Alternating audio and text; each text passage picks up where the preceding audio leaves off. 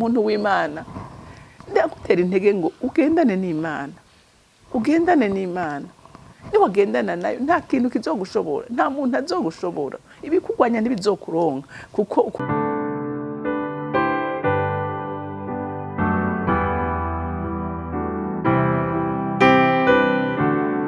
bakunzi bahori CANAAN TV, ni umunezero kandi gusubira guhura namwe ngo tuganire ijambo ry'Imana.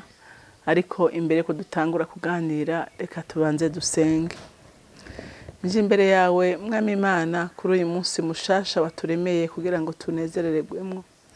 Nje imbere yawe ngushima Mana, nje imbere yawe nkurinahaza, ndi imbere yawe ngutazira mvuga ngo uri Imana yera, uri Imana igororotse, uri Imana igwishiriza imvura ababi n'abeza, uri Imana yakiriza izuba ryayo bose, kuko twese mwami abo waremye udukunda.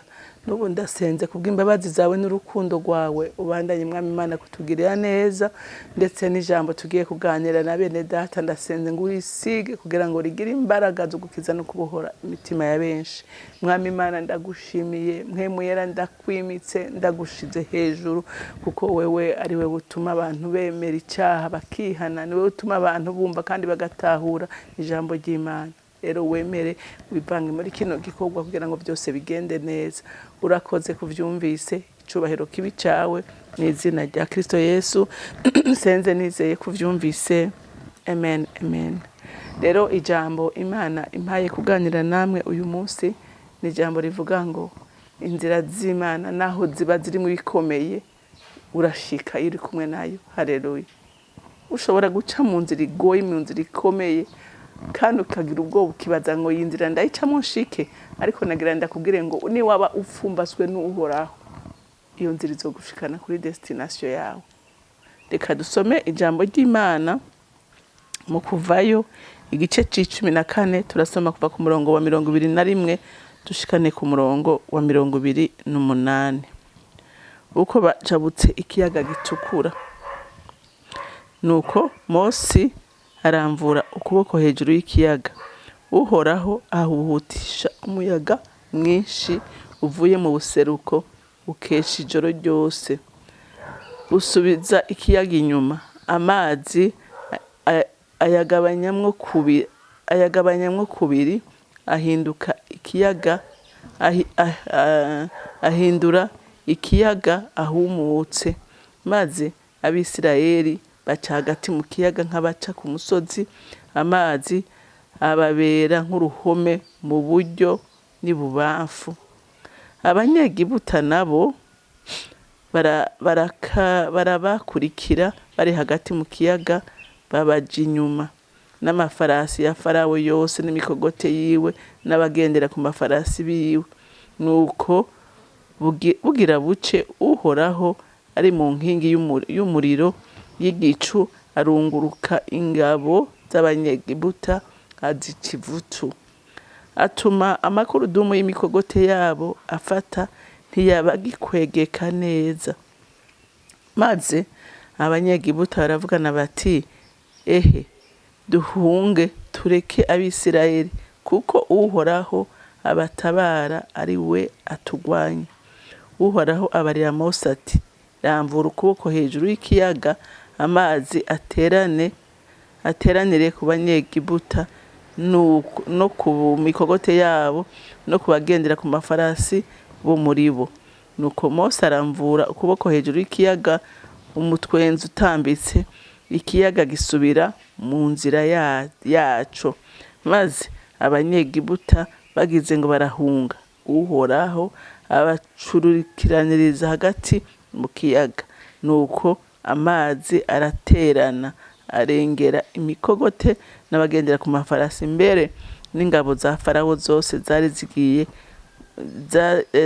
zigiye mu kiyaga zikurikiye Abisirayeli, ntiharokoka n'umwe muri bo. Amen. Ariko murumva, umuntu ari kumwe n'Imana, umuntu agendana n'Imana, umuntu agendana isezerano ry'Imana, Imana ikora ibintu bikomeye. Twarabonye ko Abanyisirayeli bagiye kandi bagenda Farawo bumvikanye mugabo habanje kuba igitangaza gikomeye cyo kubura abana b'imfura n'ikintu c'imfura cyose. Farawo aravuga ati reka ndabarekure, n'abantu baravuga ati rekura abo bantu kuko aba bantu n'abadasanzwe. Hanyuma baragenda, mugabo ngo baca mu nzira. Farawo aribwira ati abantu ko baciye muri iriya nzira bazimiye. Haleluya. Aravuga ngo reka tubakurikire. Ariko Imana n'igitangaza. Wiyumvire aba bantu ngo yakomantaje umutima wa Farawo, atuma n'ubwenge bwe butaja ku rutonde. Yibagira ibitangaza 10 yaboneye mu maso, baboneye mu maso yabo, baravyibagira baza gukurikira abantu bari kumwe n'Imana iri hagati muri bo. Urumva wewe muntu w'Imana, ndagutera intege ngo ugendane n'Imana, ugendane n'Imana. Niwagendana nayo nta kintu kizogushobora, nta muntu azogushobora, ibikugwanya ntibizokuronka kuko ukuboko kugufashe kurakomeye. Haleluya. Umurongoza kurongora n'umunyembaraga, nta muntu numwe ashobora kugendera hejuru yiwe. Haleluya. Ngo hanyuma baravugana ati tubakurikire. Urumva ngo Mose babona n'Abanyisirayeli babona Farawo n'ingabo ziwe n'imikogote baza biruka. Imana ibwira Mose atumva ati rambura iyo nkoni yawe rero, ngira nkora ikintu kitazokwigera kibagirana mu banyegiputa. Ati rambura iyo nkoni. Urumva ubwoba bwo ntibari kububura, ariko icyo nakundira Mose nuko we atigeze acika intege, ntigeze yiheba, ntigeze yihebura. Yaraza ati iyambariye iyo twavuganye uko bigenza nakoze mbwa nuko nzi ko izodushikana aho yaduteguriye kudushitsa. Rero nawe muntu w'Imana nagomba kukubwira ngo intambara zose ucamwe, ibibazo ucamwe, umva ibikugwanya, wewe gusa hagarara kuco wavuganye n'Imana. Haleluya.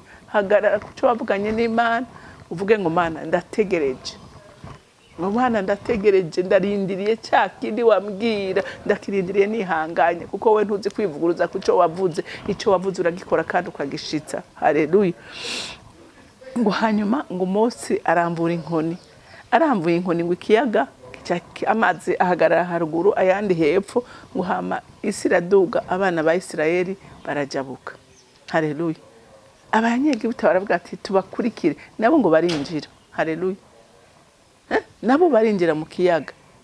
Hanyuma ngo bamaze gushika hagati, Imana ati ngira ndakwereke, ngo arabarunguruka. Ese cyo uyu munsi wewe Imana ikarunguruka ibiguhiga, umva ikarunguruka ibibazo biri inyuma yawe, ikarunguruka ibibazo biri inyuma yandi. Haleluya. Ibirunguruka uyu munsi ngo arungurutse gusa, ngo makurudumu y'imikogote yabo ngo acara amata hasi. Baravugana ati basha, ataba abantu turiko turakurikira, ataba abantu turiko turakurikira, turiko turisema. Ati ni muze dusubira inyuma. Ati Imana niri kwirabagwanirira. Ariko mugabo jewe eka Imana nyene nuko yari yakobantaje imitima yabo kwiyumvira gukurikira abantu. Imana yatabaye kuraho, Imana ikabiyereka, Imana ikerekana ubushobozi bwayo kuri Abanyisirayeli. Mugabo umutima wa Farawo kagumukomantaye n'abanyegiputa bagakomantaza umutima, bakibaza ko iyabakoreye bya bindi yarapfuye, bibaza ko yapfuye, bibaza ko itakiriho, bibaza ko itakiri inyuma y'isezerano. Urumva abantu batizera bakoreshwa n'amarangamutima gusa. Ngo hanyuma ngo bagize ngo barasubira inyuma, Imana ibwira Mose ati Mose tirambura inkoni yawe kandi ati kiyaga giterane. Ngo bose bahonera hehe? Bahonera mu kiyaga. Muntu w'Imana, ibanga rimwe nabonye rikomeye, ntukure ibyizigiro byawe ku Mana, ntukure amaso yawe ku Mana, kuko Satani amaze gufata umutima wawe akawuhindukiza akawigarurira, ugakura umutima ku Mana, ibyawe bizoba birangiye, ibyawe bizoba birangiye. Muga umutima ni wagumiza ku Mana, bitebe butebuke isezerano uzorigenderamo. Haleluya. Isezerano uzorigenderamo. Reka gucika intege, reka kwiheba. haleluya. Reka kwiheba, komeza urugendo. Amen. Ureka gucika intege, reka no kwiheba igihe bavuga ko bitagishoboka, uko niko Imana ivuga. Igihe bavuga ko bidagishoboka, bitagikunda, niho Imana ivuga, niho Imana iseruka igakora, niho Imana iseruka igatabara. Haleluya, haleluya. Abanyisirayeli bari bagize ubwo batangura no gutuka Mose. Mose arabagira ati muhangayikishijwe n'iki? Muhangayikishijwe n'iki? Kubera iki mutizera? Kubera iki mutizera iby'Imana yavuze? Imana ntiyivuguruza ku byo yavuze. Ariko ikibazo kiriho uyu munsi nuko abantu benshi baryamanya amasezerano atari Imana yayavuze. Mugabo by'ukuri ukaba ufise isezerano ry'Imana by'ukuri, Imana akaba ariyo yavuze. Kuko uyu munsi arabavugishwa benshi b'ibinyoma, hari aho bakubwira ukuduza karine zawe, uduza ubuhanuzi butari bwo, atari Imana yavuze. Mugabo Imana ariyo yavuze. Haleluya. Isezerano Imana iraririnda, Imana irariteramira gushika igiziki, gushika irishikanye. Kuko Imana niyo yivuganiye na Mose ati Mose nuhaguruke ugende ujane ubwoko bwanje mu gihugu cy'isezerano, ubakure mu gihugu cy'ubuja. Haleluya, haleluya. Rero umuntu w'Imana witara ryamaze kurasira ry'agakiza ka Kristo, hagarara udatinya ubugome bw'umwasi, nutinye. Niwe Imana yahagurukije mu muryango wawe kugira ngo ushikane ubwoko bw'Imana mu gihugu cy'isezerano. Komeza usenge, komeza utitirize. Haleluya, wihangane. Iyakubwiye niyo kwizera, izobikora, nta kintu na kimwe gishobora kuyizibira. Haleluya, haleluya. Ngo tutavuye mu isezerano, Imana yo nta narimwe iva mu isezerano. Haleluya, nta narimwe iva mu isezerano. Kandi ikibazo tugira nk'abana b'abantu, nari nakivuze rafa pase, iyi Imana iri kwiravuga turaryoherwa cyane, tukanezerwa, tukumva ibintu ko bigiye kuba uko tubishaka mu munsi umwe canke mu ndwi canke mu kwezi kumwe. Ariko imvugo y'Imana iratangaje. Imana irashaka kuguha isezerano, ikarikubwira ngo mwana wanje ndaje gukora, ndaje kugutabara. Haleluya. Ariko ikazoza nko mu myaka 20. Kandi igihe yavuga ngo mwana wanje humura ndaje, humura ndi kumwe nawe. Imvugo y'Imana iratangaje. Imvugo y'Imana iratangaje. Rero abatayizi bacika intege vuba, bakumva ngo kumbe bimwe Imana yavuga yarampenze. Sivyo, oya nivyo.